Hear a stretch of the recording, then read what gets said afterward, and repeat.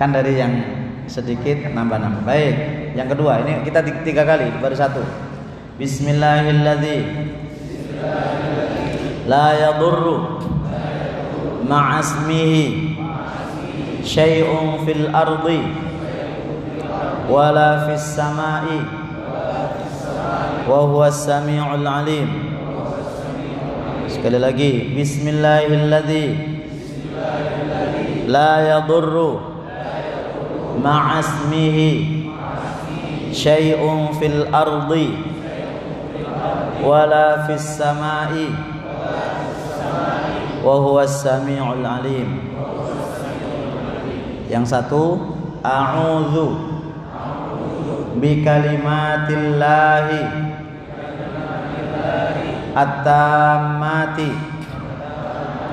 min syarri ma khalaq. A'udzu bi kalimatillahi at-tammati min syarri ma khalaq.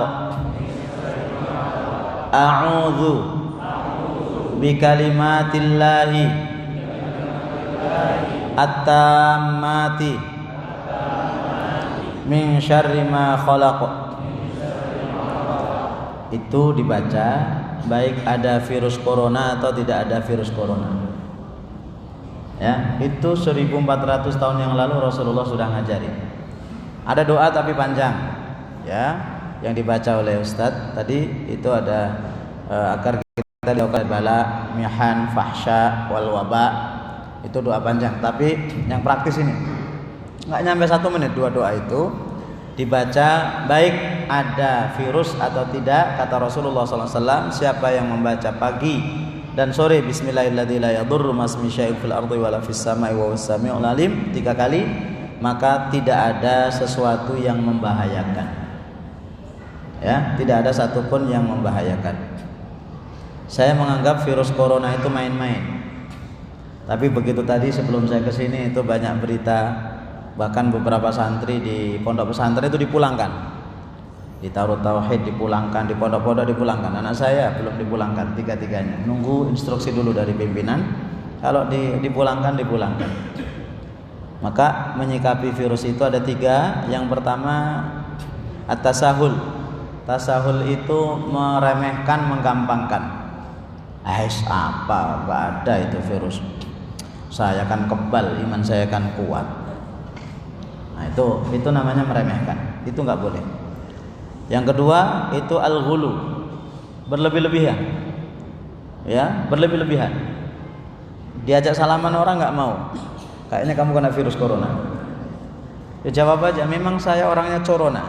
Cowok romantis menawan, gitu jawabnya. Corona. Diajak salaman enggak mau. Nah, ini yang enggak biasa ke masjid itu seneng, Pak. Kenapa enggak ke masjid? Takut kena virus corona. Memang biasanya enggak ke masjid. Ya, itu hulu namanya. Yang paling baik adalah tawassut, tengah-tengah, mewaspadai tapi tidak menggampangkan. Bahkan saya banyak menerima berita-berita, surat-surat itu dari kementerian atau dari negara-negara luar. Itu sampai Jumatan itu mulai Jumat kemarin ada yang tidak bolehkan Jumatan. Bagi saya mohon maaf ya, mungkin terlalu berlebihan lah, nggak boleh Jumatan. Dan boleh hanya 3, khatib, muadzin sama imam. Selebihnya suruh sholat zuhur di rumah. Itu kalau nggak salah di Irak sama di Kuwait. Saya nggak bacanya, hanya sekilas saja. Baik Bapak Ibu, dan sekarang alhamdulillah tidak ada karpet. Itu hikmahnya untuk betapa karpet itu nikmat yang luar biasa. Ya, sekarang coba tidak pakai karpet, kira-kira kena penyakit apa tidak? Itu ya. Jadi ini bukan karena Masjid Al-Wasi'i doa lagi pelit atau tidak. Orang di Masjidil Haram aja digulung gitu ya. Digulung gitu ya. Insyaallah mungkin ya besok atau lusa bisa dipasang lagi lah insyaallah. Ya, kasihan yang tua-tua ini Pak Sabil. Termasuk saya ini sudah tua nih, agak anyepnya itu luar biasa. Baik, kita lanjutkan. Mohon maaf selama mungkin sebulan saya tidak bisa membersamai bapak-bapak karena ada urusan. Kita masuk ke ayat wa ahdiyaka ila rabbika fatakhsha. Ini ayat 19. Ayat sebelumnya itu berkisah tentang perintah Allah Subhanahu wa taala kepada Nabi Musa untuk mendakwai Firaun. Yang mana Fir'aun ini adalah salah satu, saya katakan salah satu, bukan satu-satunya, salah satu manusia yang mengaku sebagai Tuhan. Selain Fir'aun itu ada orang-orang yang mengaku sebagai Tuhan. Cuma di Al-Quran itu banyak yang disebutkan itu Fir'aun saja, ya, namanya itu Fir'aun saja, karena dia sudah cukup untuk menjadi contoh bagi yang lain.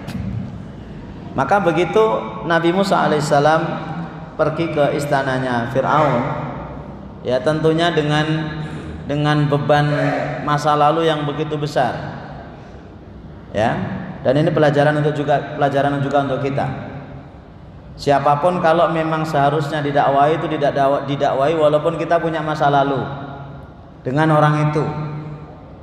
Masa lalu misalnya mohon maaf hutang piutang, masa lalu dia itu atasan kita atau apa, itu Nabi Musa itu punya masa lalu dengan Fir'aun. Yang pertama, Fir'aun itu adalah bapak angkatnya yang membesarkan, yang merawat dan seterusnya. Kemudian yang kedua, coba antum mendakwai bapak angkat itu gimana rasanya? Yang kedua, Fir'aun itu karena waktu kecil itu pernah menjilat api, memakan api, sehingga beliau itu agak cadel. Sampai dalam riwayat itu kalau bisa ngomong kalau menepuk kakinya, nah itu baru bisa ngomong. Baru bisa ngomong. Itu Fir'aun. Maka sebelum berangkat beliau berdoa, Rabbi syrah li sadri wa yassir li amri dan seterusnya.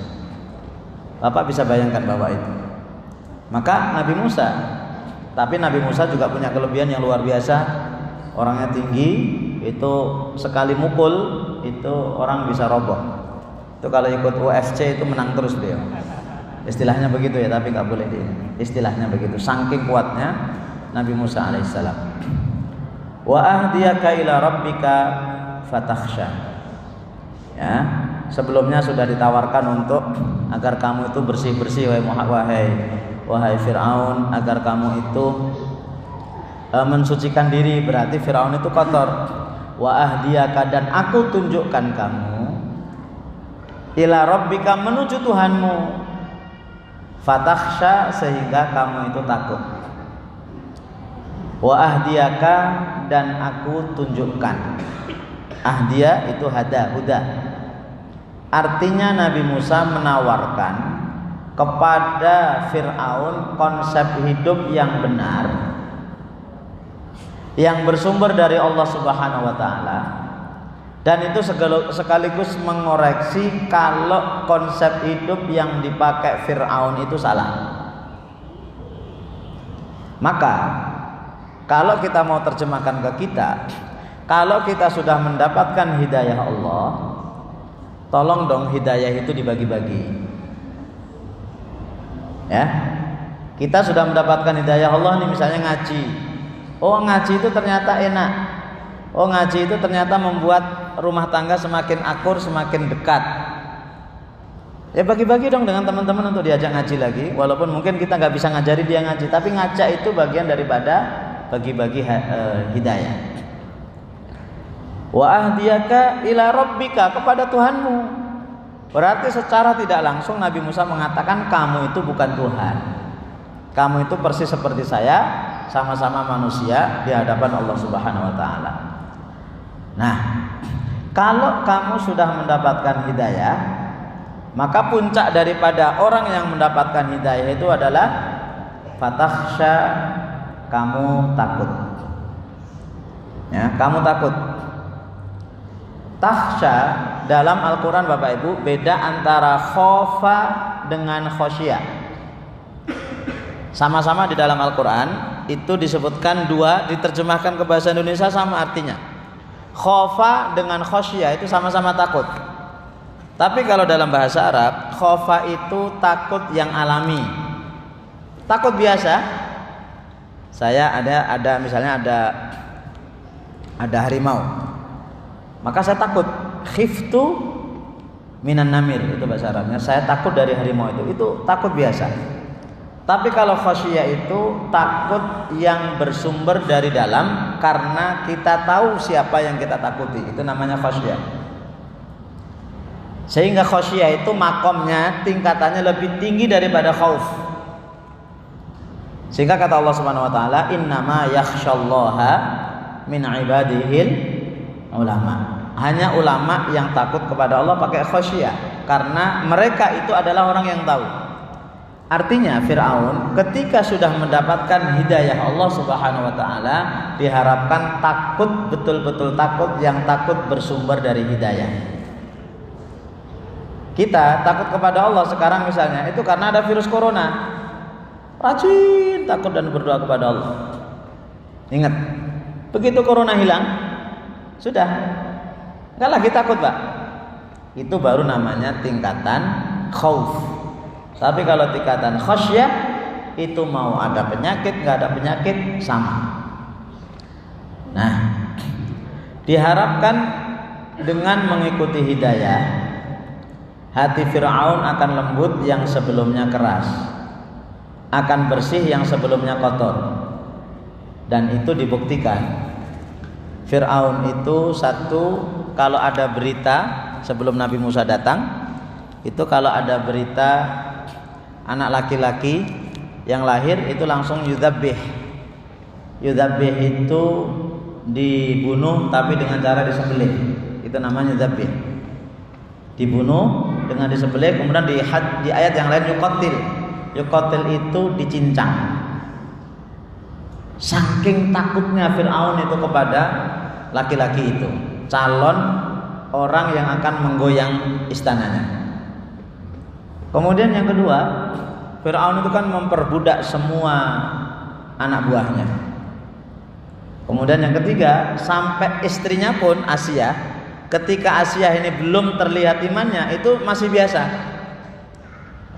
Maka Fir'aun itu Tuhan yang punya istri, Pak. Istrinya itu Asia. Begitu Asia itu ketahuan beriman kepada Allah dan tidak mengakui suaminya itu sebagai Tuhan, maka yang dilakukan berikutnya dibaca di akhir surat At-Tahrim. Daraballahu mathalan lil ladzina amanu imra'ata fir'aun, dan Allah membuat perumpamaan orang-orang beriman itu seperti istrinya Fir'aun. Itu namanya Asia. Idz qalat rabbi ibni li 'indaka baitan fil jannah, ketika dia berkata, ulama mengatakan doa ini dibaca oleh Asia ketika Fir'aun menyiksa Asia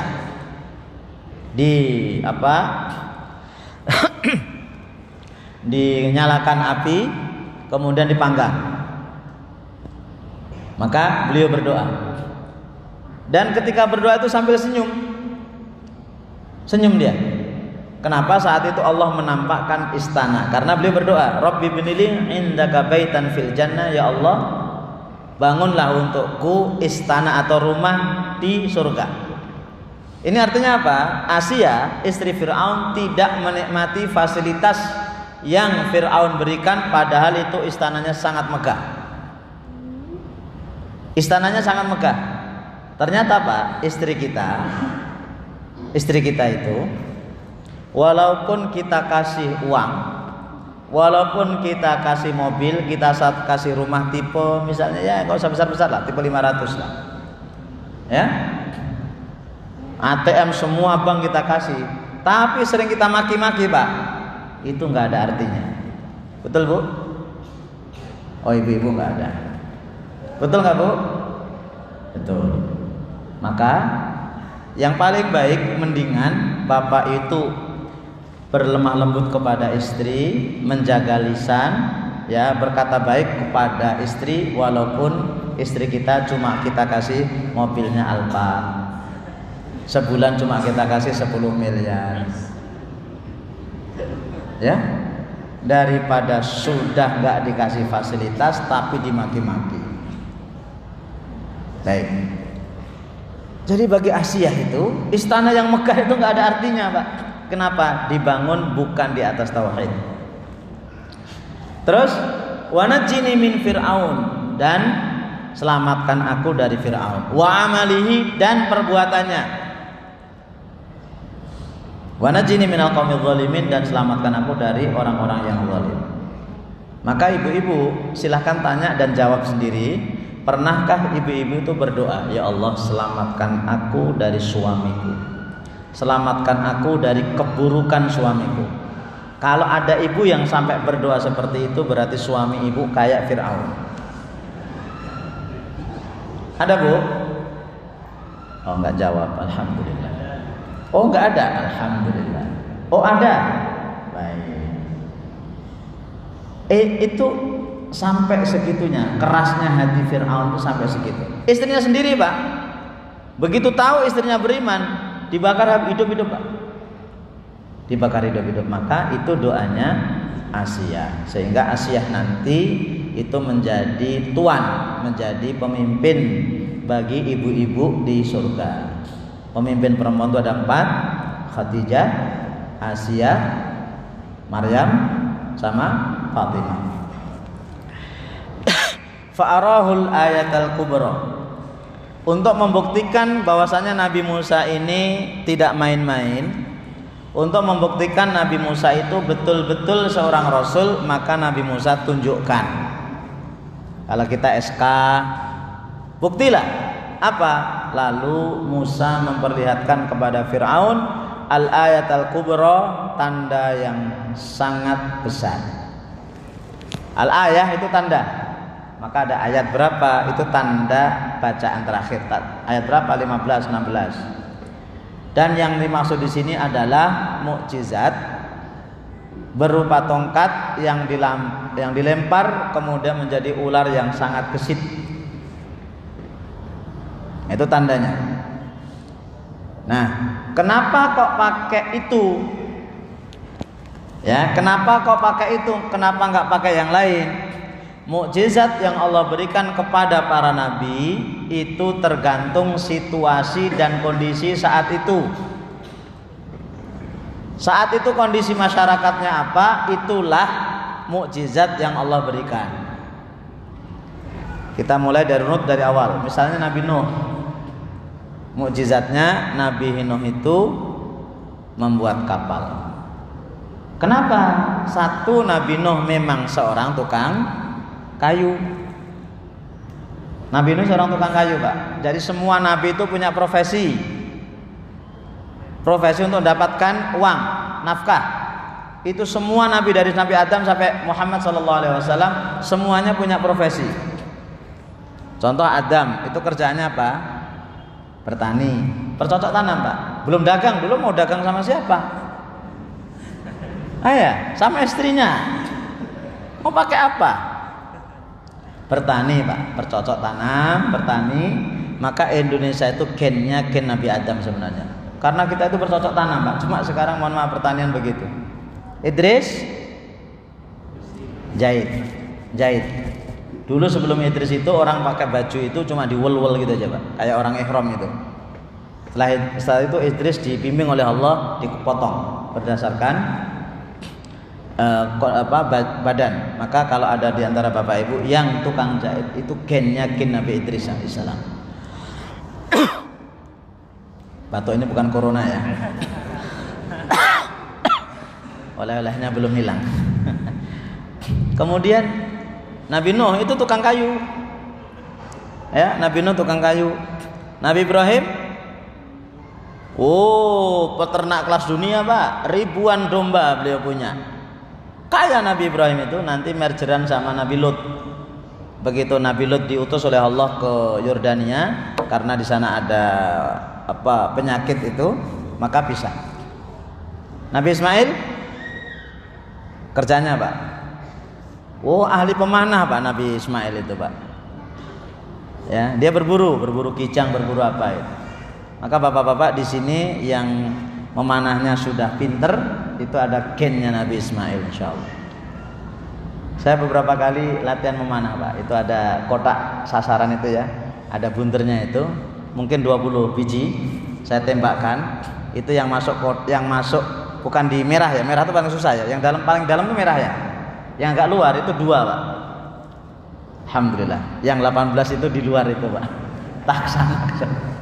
Ternyata susah Pak memanah itu Pak.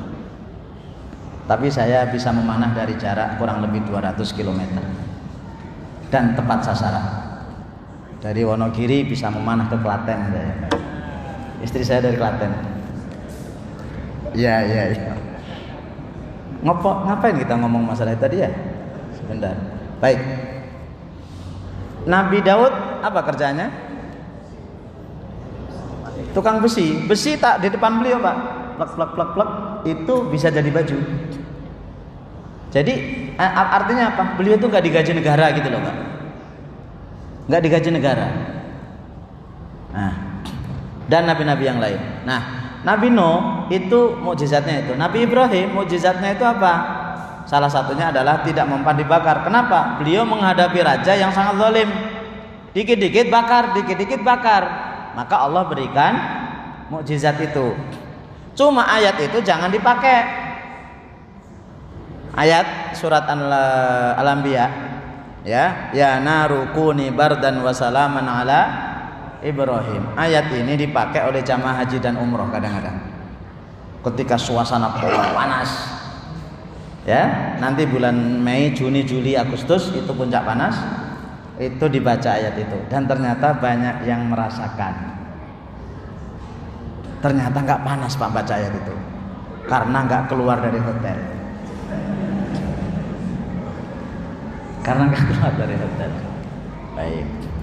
Baik, Nabi Musa, ini Nabi Musa itu tongkat. Dan tongkat itu hanya salah satu daripada mukjizat yang lain. Ya, kenapa tongkat? Karena dulu di zaman Nabi Musa yang paling menonjol adalah tukang sihir.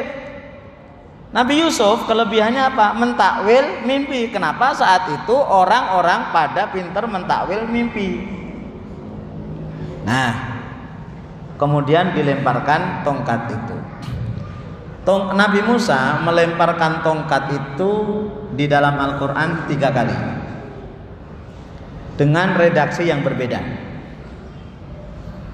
Ketika beliau di Bukit Tursina, wa alqi ma fi yaminika ya Musa, wahai Musa, lemparkan. Akhirnya apa? Dilemparkan.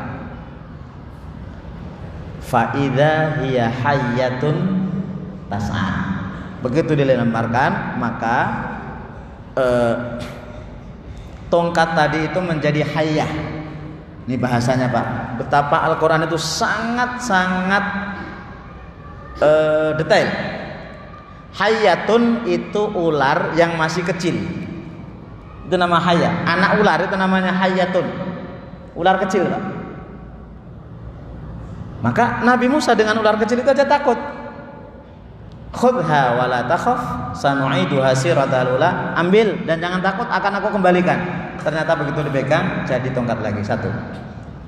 Yang kedua, ketika ini di depan Firaun itu dilemparkan, redaksinya berbeda. Ya, fa idza hiya su'banun mubin. Fa idza hiya su'banun mubin, bukan hayatun lagi. Su'ban itu apa? Ular besar. Kenapa?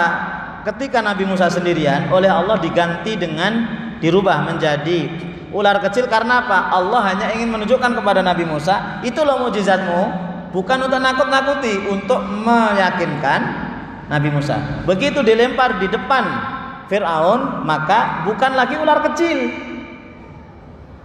Ingat redaksi ayat surat Toha, hayya itu ular kecil. Tapi begitu di depan Firaun dilemparkan, fa idza hiya su'banun mubin, menjadi ular yang sangat besar. Kenapa? Untuk nakut-nakuti Firaun.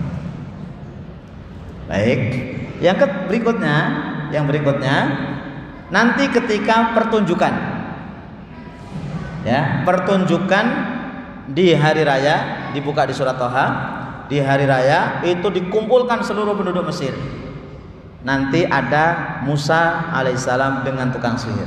Maka saat itu begitu dilempar, maka tongkat itu memakan seluruh tali-tali yang menjadi ular dari tukang sihir. Maka tukang sihir itu tahu, loh ini malahin. Tukang sihir itu Pak tahu kalau itu sihir apa enggak, itu tahu tukang sihir itu. Bapak Ibu yang biasa lihat orang sulap itu semakin tahu sulap selip palsu. Orang sulap itu hanya palsu-palsu Pak. Awalnya dulu Pak kita itu wow. Ternyata begitu tahu triknya, Bapak Ibu sesekali buka di YouTube itu trik sulap. Itu biar gak kita keheran-heranan Pak. Apa yang digorok sampai apa lepas itu ternyata cuma permainan teknologi aja Pak. Nah lanjut itu nanti di lain waktu lah ya. Nanti 1 semester itu ada trik sulap. Saya agak seneng dunia itu. Nah akhirnya apa? Tukang sihir itulah yang pertama kali masuk Islam, ikut Nabi Musa karena tahu berdasarkan ilmu kami ini bukan sihir. Nah maka Nabi Musa kenapa dikasih tongkat? Karena saat itu yang mendominasi adalah tukang sihir. Fa'arahul ayatal kubra fakadzdzaba wa 'asa. Fakadzdzaba maka Fir'aun itu mendustakan, wa 'asa dan mendurhakai. Mendustakan itu mengingkari padahal tahu kalau itu benar, itu namanya mendustakan. 'Asa maksiat. Maksiat itu keluar dari ketaatan. Dia sudah tahu Nabi Musa ini enggak bohong. Dia tahu kalau ini bukan sihir. Dia tahu kalau tukang sihirnya masuk Islam. Tapi dia maksiat. Padahal Fir'aun kagum melihat Nabi Musa punya mukjizat. Cuma karena hatinya tertutupi dan dia tidak mungkin akan meninggalkan istananya. Enggak mungkin dia semasa Tuhan ikut Musa, ya, itu kan gengsi tak? Maka kadang-kadang Pak kedudukan itu menyebabkan hidayah itu hilang. Kadang-kadang orang sudah punya kedudukan tinggi Pak, sungkan kita ngomonginya Pak. Waduh nggak enak itu atan saya, itu nggak enak itu presiden, itu gubernur ya, itu mantan gubernur, mantan anggota dewan. Ya memang apa urusannya? Kadang-kadang kedudukan itu menghilangkan hidayah. Thumma adbaro yas'a. Kita akan cepetin. Thumma kemudian adbaro dia berpaling, yas'a berusaha. Apa? Begitu tahu itu mukjizat. Yang lebih buruk yang dilakukan Firaun adalah dia berpaling, enggak mau beriman, kemudian membuat tadi apa? Nantang lebih besar lagi. Ngumpulin tukang sihir. Fungsinya dan dikumpulkan semua manusia untuk apa? Membuat Nabi Musa itu malu. Itu nanti ada demonstrasi berikutnya. Itu maksudnya yas'a berusaha. Fahasyara fanada. Kemudian Fir'aun itu mengumpulkan masyarakat, fanada, kemudian dia berseru. Fir'aun mendatangkan para pembesar dan tukang sihir untuk mengalahkan dan mempermalukan Musa. Itu terjadi di hari raya di surat Toha.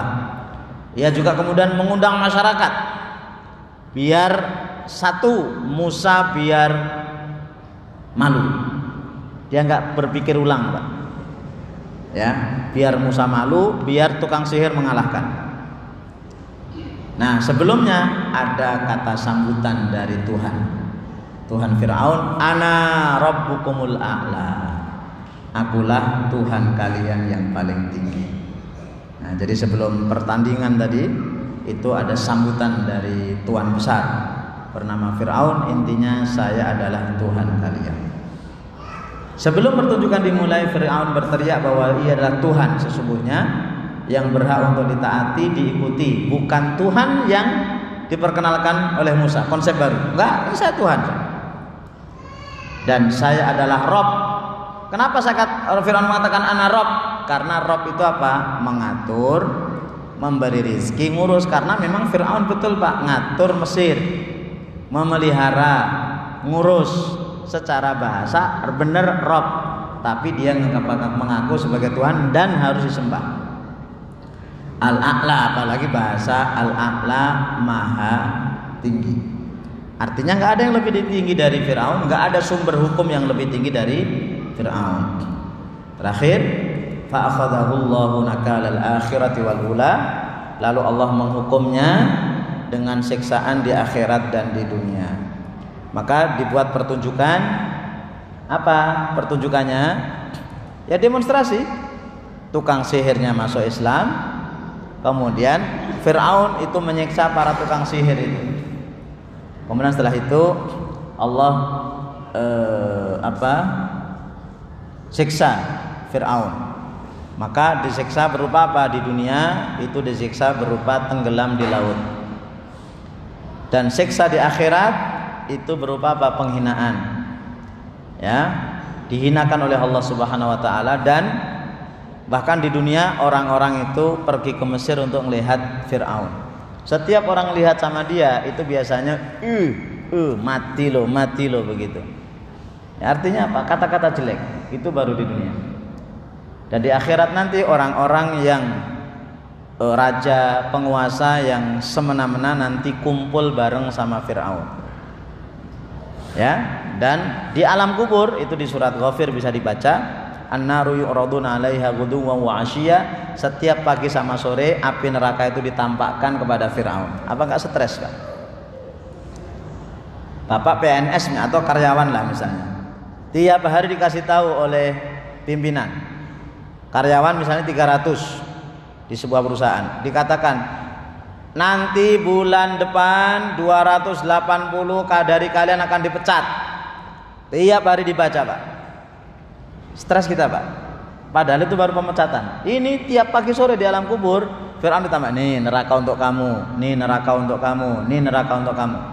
Maka salah satu teriaknya orang penduduk neraka itu, ya Rabb la tuqimis sa'ah. Ya Allah, jangan engkau datangkan kiamat. Udah takut duluan. Nah, terakhir, inna fi dzalika la'ibratan liman yakhsha. Sesungguhnya di cerita itu ada pelajaran bagi yang takut. Ya. Kisah Fir'aun itu hendaknya dijadikan sebagai pelajaran oleh kita yang masih hidup, terlebih kita seorang mukmin. Apalagi kisah Nabi Musa itu paling banyak disebutkan di dalam Al-Quran, mengalahkan kisahnya Nabi Ibrahim, kisah Nabi Nuh, dan kisah Nabi Muhammad Sallallahu Alaihi Wasallam. Kenapa? Karena memang manusia nanti akan menghadapi ya para penguasa yang sifatnya itu seperti Fir'aun, semaunya sendiri, ya semuanya terserah dia. Maka perlu kita itu mempelajari kembali bagaimana Nabi Musa bisa menang. Padahal Nabi Musa ini adalah orang termasuk ya pengikutnya itu orang-orang lemah. Tapi dengan bersama Allah Subhanahu wa taala itu bisa menang. Baik. Masih ada 10 menit lagi, 1 menit lagi. Tidak ada pertanyaan ya? Insyaallah. Jadi mengingatkan Bapak Ibu yang dirahmati Allah, doa tadi itu dibaca tiap pagi 3 kali, tiap sore 3 kali. Yang berikutnya, salah satu cara untuk mengantisipasi virus itu adalah jaga wudhu, Pak. Ya, orang-orang kalau kita baca di tulisan-tulisan itu, salah satu cara menghilangkan virus itu adalah banyak berwudhu. Artinya, Bapak Ibu, niat berwudhu itu betul-betul lillahi ta'ala, bukan karena virus corona. Bukankah kita sebaiknya 24 jam itu dalam kondisi berwudu? Maka sekali lagi, corona itu jangan terlalu ditakuti, tapi tetap diwaspadai. Jangan terlalu takut-takut amat, tapi jangan menggampangkan. Ya, doa sama memperbanyak wudu. Subhanakallahumma wa bihamdika, asyhadu an la ilaha illa anta, astaghfiruka wa atubu ilaik. Assalamualaikum warahmatullahi wabarakatuh.